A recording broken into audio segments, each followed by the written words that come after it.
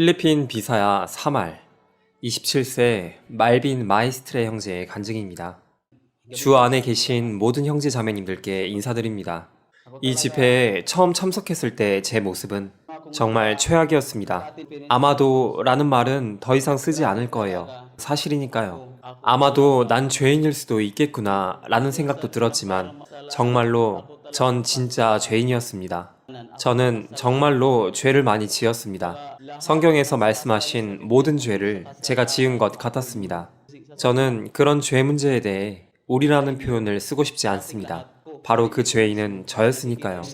하나님 말씀을 통해 제 자신을 돌아보게 되었습니다. 하나님은 정말로 놀랍고 위대하신 분이었습니다. 태초에 천지와 만물을 지으신 하나님이셨습니다.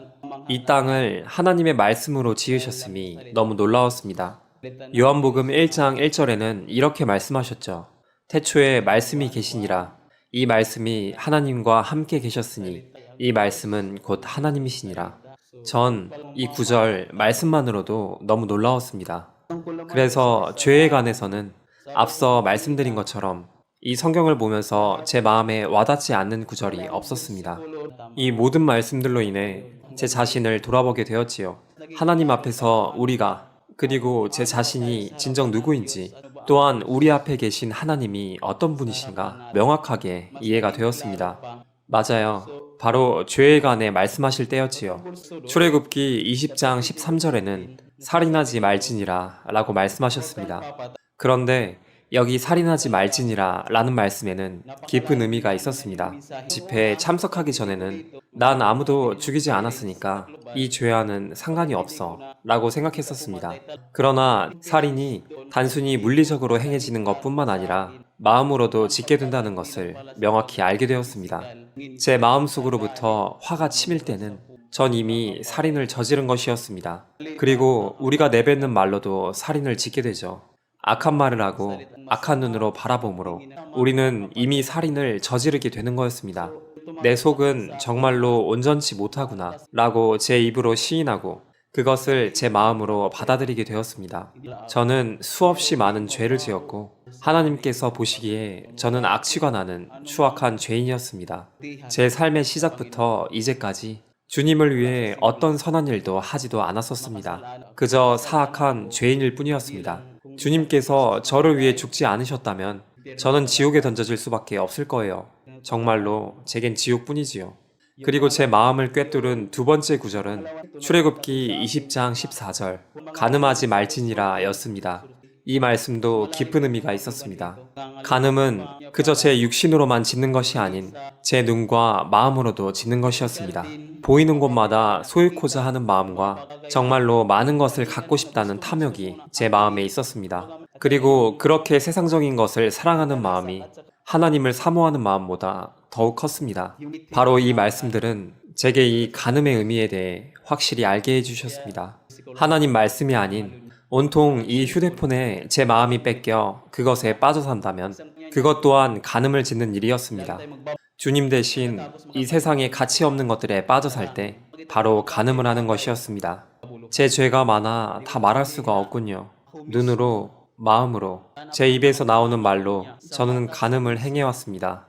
그래서 이제는 이런 저의 모든 죄를 주님께 자백하며 하나님 앞에 저는 정말로 죄인임을 시인하게 되었습니다.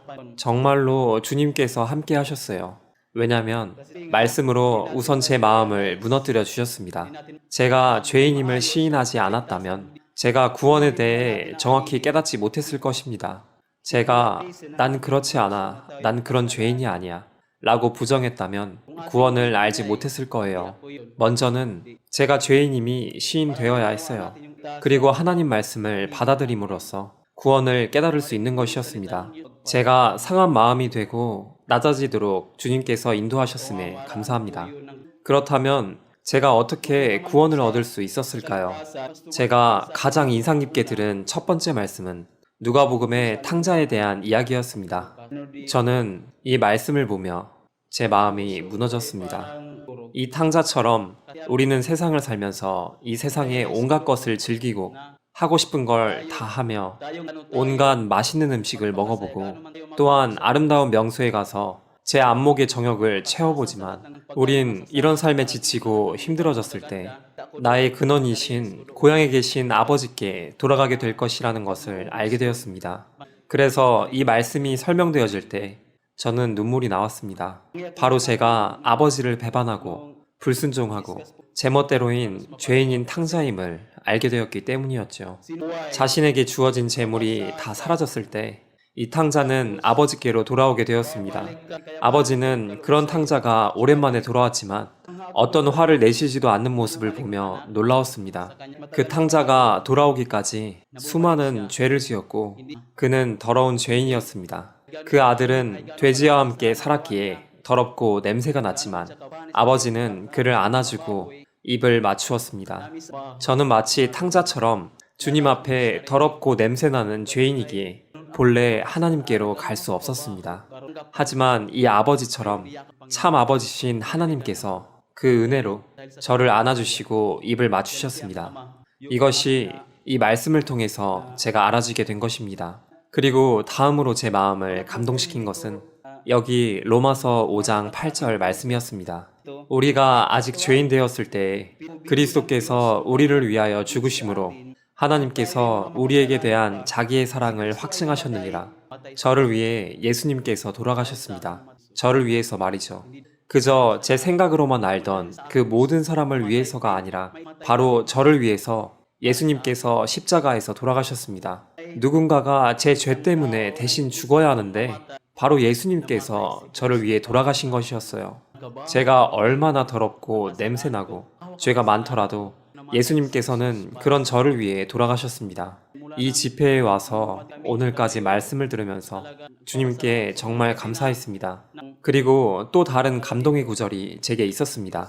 바로 에베소서 2장 8절입니다.